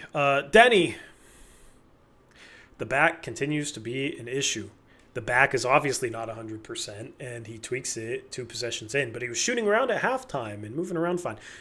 This either is something where and maybe they've already come to this point, but they either have to accept they're going to have to manage this and he's not going to be 100% the rest of the season, or they need to shut him down for an extended period of time to heal the back, which could mean he's out for a month.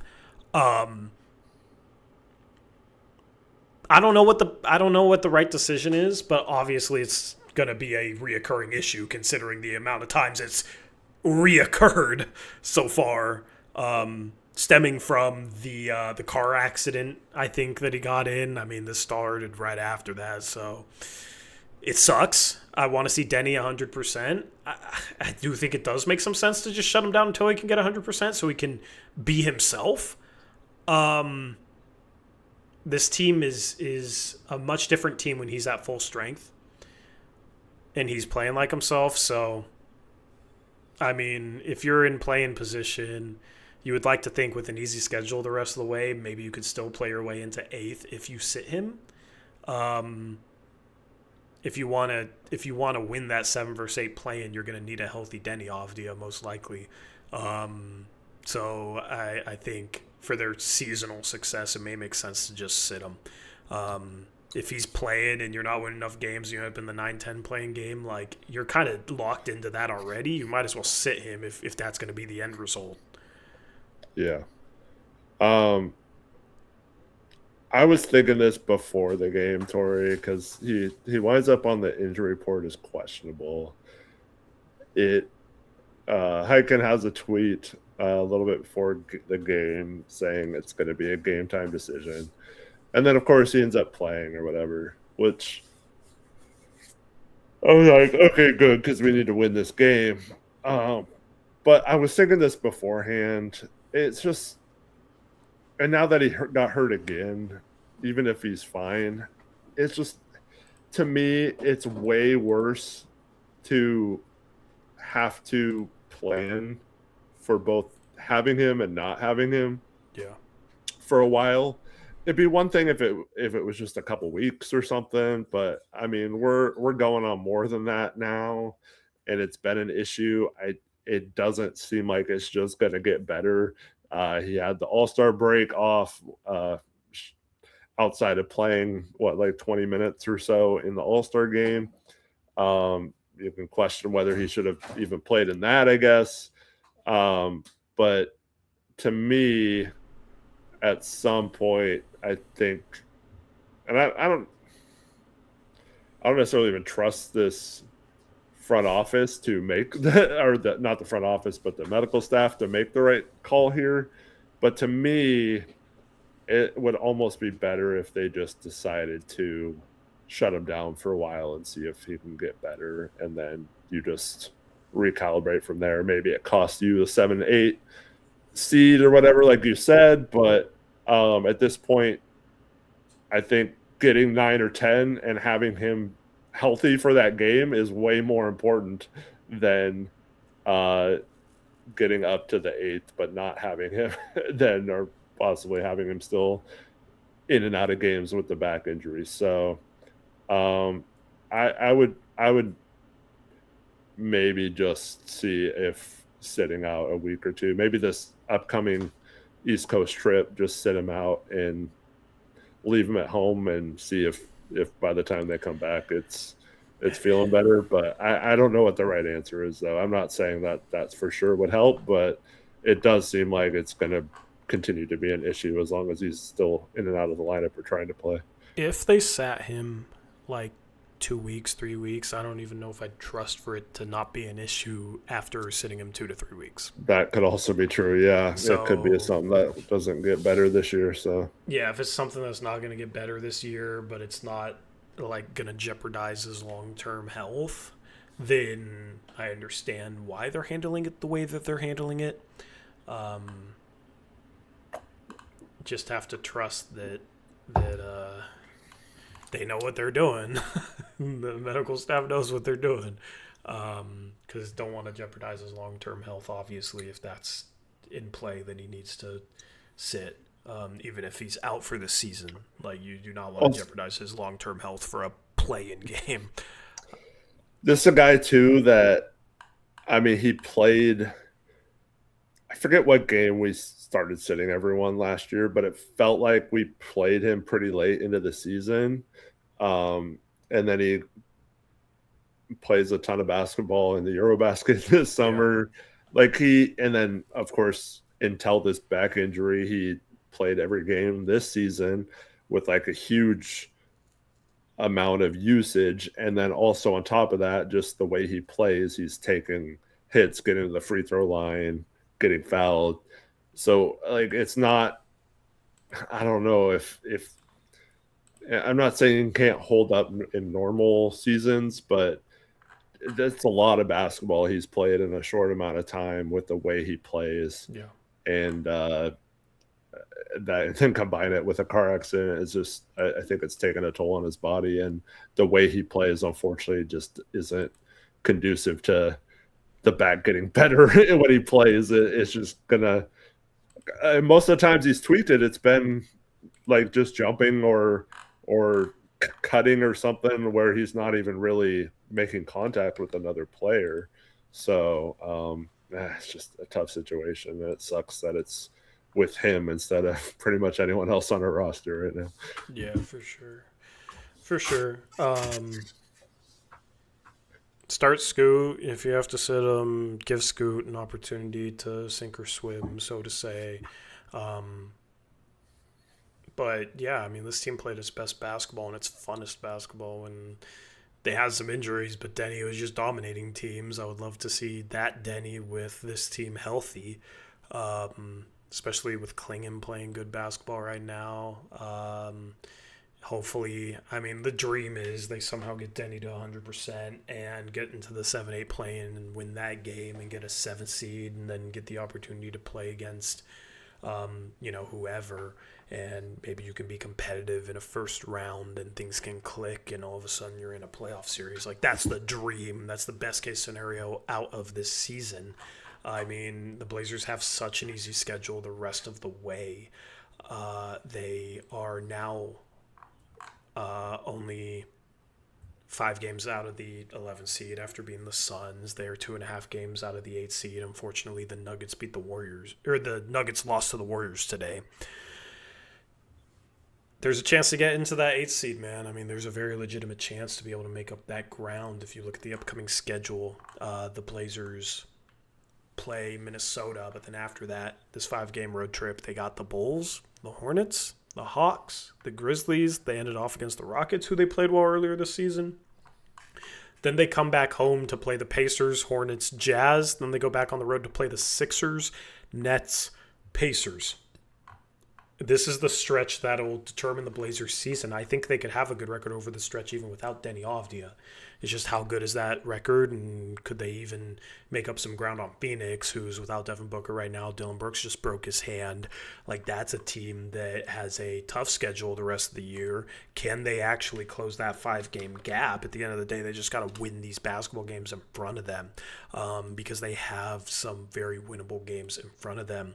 If you go to Tankathon and you look at the remaining strength of schedule, I'll pop this up on the screen. Let me move this over here. This is the remaining strength of schedule. I mean, there's a massive gap there. That's the combined winning percentage of the teams the Blazers have left to face. And look at one of their hardest games against the Timberwolves. That's their next game. This is going to look even easier after the Timberwolves, It would be amazing to find a way to win that basketball game. I'm not really expecting it, but look at some of these opponents. You got 2 games against the Nets. They're going to be tanking. You got 2 games against the Pacers. They're going to be tanking. You got a game against the Jazz. They're tanking. Game against the Kings. They're tanking. Pelicans, they're not tanking because they have their pick. Yeah, but the Wizards, you got a game against them. They're tanking, right? So you have all these games against all these teams that are going to be tanking. That should be basically automatic wins for the Blazers. Where does that put them at the end of the day? And then you look at Phoenix has about an average strength of schedule the rest of the way. You look at Golden State. A little bit easier schedule, but Steph's hurt right now. Who knows when he's going to be back? Jimmy Butler's out of the year. It's a golden opportunity for the Blazers to make some noise and put themselves in play for the 8th or even the 7th seed if they really want to, if they can win some basketball games. So hopefully, whatever the case is with Danny, hopefully he's able to get healthy at some point by the end of the season and the Blazers are able to continue winning some of these games. I think some of these tanking teams, those are going to be some games where you can rest Denny. If you look at the schedule here, you have some of these games back to back, right? You got a homestand with Indiana, Charlotte, and Utah. Charlotte's been playing better basketball, but even if they rest Denny during this homestand, I would expect at minimum winning 2 out of 3 of those games.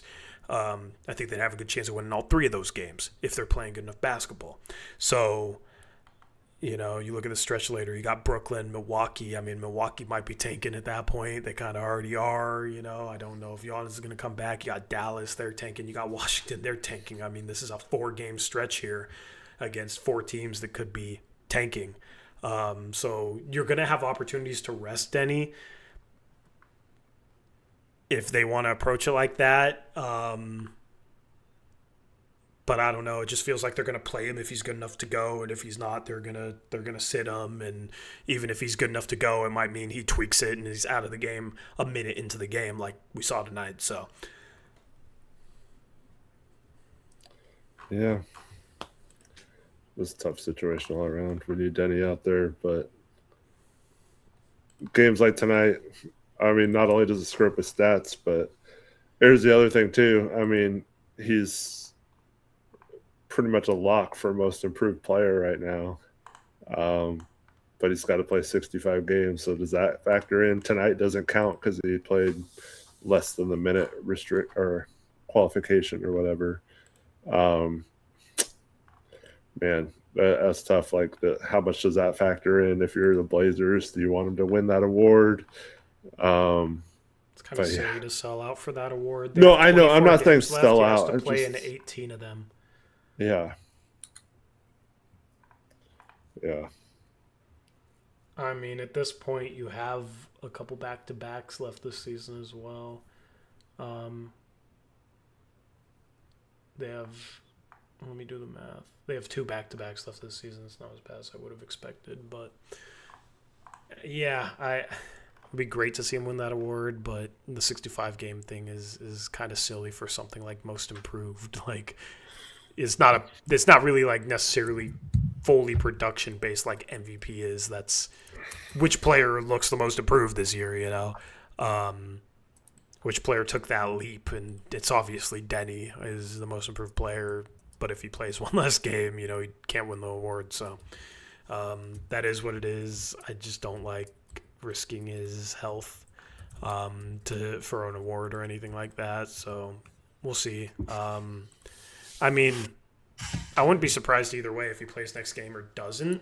The fact that he was warming up at halftime, like if it was really that bad, he probably would. Definitely a positive sign. He's just going to have to manage it. I was like, can they put him in the game even though they said he was out for the rest of the game? Yeah, I did wonder that too. So anyway, that's pretty much all I had for this game. Is there anything else you want to get into? No, I mean, it's just good to get a win. That's all. Yep. Appreciate those of you in chat. I know we didn't interact much at all today, but always read your comments throughout the stream, and it's always interesting to hear what you guys have to say.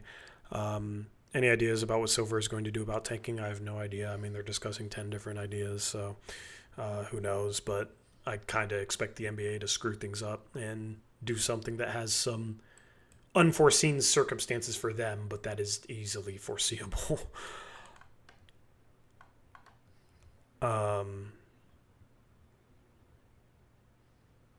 Obviously, we'll talk more draft more in a loss. See people talking about tanking and stuff. I mean, they're not gonna be able to get anything better than 10th best odds at this point. And they have such an easy schedule. They're going to play teams that are tanking. So there's just really tanking. Yeah, there's just really not opportunity to do so. I'd rather them just go for the play and see if they can get into the playoffs and then get that experience. And yeah, they'd lose their pick this year in a loaded draft, but also that would open up their future first. That would make it so there's no issues with their swap with Milwaukee in 2028. And you could see some good talent go back to school, given that next year's draft is weaker. You could see some guys go back to school that are maybe projected middle of the first round this year because they think, oh, I can go back to school, get an NIL bag, and then become a top 5 pick next year. So I think you might see some surprising names. I mean, we saw some surprising names last year, LeBaron Philon went back to school. That was a bit surprising. He was a first-round prospect, so that might be the case this year where, you see like a Braylon Mullins go back to school, or a Braden Burries go back to school, Quayton's go back to school, Yusefu go back to school. Like, you could see some surprising names go back to school and be a part of that 2027 draft, and then all of a sudden the middle of this draft doesn't look as good, and the middle of the next draft looks better. So it's not something to necessarily like try and tank for a pick this year. I think they need to continue to build an identity, especially considering they've kind of lost some of the defensive progress it seemed like they made last year. Their defense has been worse this year than it was last year. So building good habits, getting good experience, making a push, playing a freaking postseason game, it would all be very valuable for this organization. Yeah, completely agreement there. Anyway, appreciate you guys hanging out with us. Shout out to Sleeper. Use promo code Uprise on Sleeper. You'll get a 100% deposit match up to $100 and a free $20 entry. Get in on college basketball. Get in on the NBA. We got March Madness right around the corner. Appreciate them for supporting the show. Any final words? Thanks everyone for watching. Appreciate you all. And, man, I just really hope the Blazers have some sort of balance between this defensive effort and the Denver effort against Minnesota. Hopefully that's a much more competitive game. And we're talking about, well, hopefully a Blazer victory, but just at least, even if they lose that game, just have it be because, someone just made a play or something. Like the first game we played Minnesota at the beginning of the year, not because we just had no effort and we're trash offensively and defensively. So I'm really looking forward to that game, and I hope the Blazers can come out and show some effort and play well. Yeah. What's crazy is our schedule coming up just in terms of when games are. So we had a Sunday game today. We play the Sunday after that, and the Sunday after that, and the Sunday after that, and the Sunday after that, and the Sunday after that. And, so 5 more Sundays in a row. Yeah. Well, not only that, Tori, but so we play Tuesday and then we go out on the road. We play Thursday night and then we play Saturday morning. Yep, 10 a.m. So it's not even, it's like a day and a half off. It's not like the normal rest until, because normally you have about, 48 hours minus the game. So roughly like 45 hours before your next game when you play every other day. But this is like early 10 o'clock Western time here. And then they play back-to-back on Sunday. So they play 3 games in 4 days this weekend. And it's funky times. So because I think the Sunday game is at 3 Eastern. Yep. So that's like early for 3. I think it's 3 Pacific. So 6 for them. So that's an afternoon game for them. And I know they've had some here in Portland, but it's just like kind of a funky schedule this next week, and including a long road trip. So hopefully they have their act together and are ready for the challenge. It feels like a lot of our Sunday games have been on the road, and a lot coming up are on the road too. It's not necessarily true because we've had those family fun days with the 3 o'clock start time. So I think that's maybe why you think they're road games, but we've had a lot of those. But yeah, the next game, the tip-off time was originally 8. Now it's 7 on Peacock. So we'll have the post-game show right after that game. Thursday, probably going to be late. I mean, you do stuff every Thursday night, right? I have a game on Thursday that I'm coaching, and then I have rec, so like Thursday's post game will be a little bit late, and then we got the weird start times this weekend. But we'll have a post game show for you guys after every game. The next game will be relatively normal in terms of the scheduling, so hopefully we can catch you for that after the Blazers take on the Timberwolves. Hopefully they can take care of business. Appreciate you guys tuning in Blazers get a win. They go from 157 points given up against Denver to 77 against the Suns. That might be an NBA record in terms of a turnaround from game to game defensively. I'm not sure. 80 points. I don't know if it's a record, but it was for the Blazers this season at least. Yeah, because that has to be like an all-time record for the Blazers. That's an insane turnaround to give up 80 less points. Mm-hmm. That's a wild number. So the defense went from 20th to 17th. It went from like 17th to 20th back to 17th the last couple of games. So anyway, appreciate you guys tuning in. Hit the like on the way out of here. Easiest way to support the channel. I don't ask for enough likes. I need to start asking for more likes. We only got 39 likes on this stream. So need to start asking you guys to hit the like button a little bit more and subscribe if you're new. Blazers get a win. We'll see what they can do on Tuesday against the Timberwolves. That would be a fantastic win to go out there and get. So anyway, have a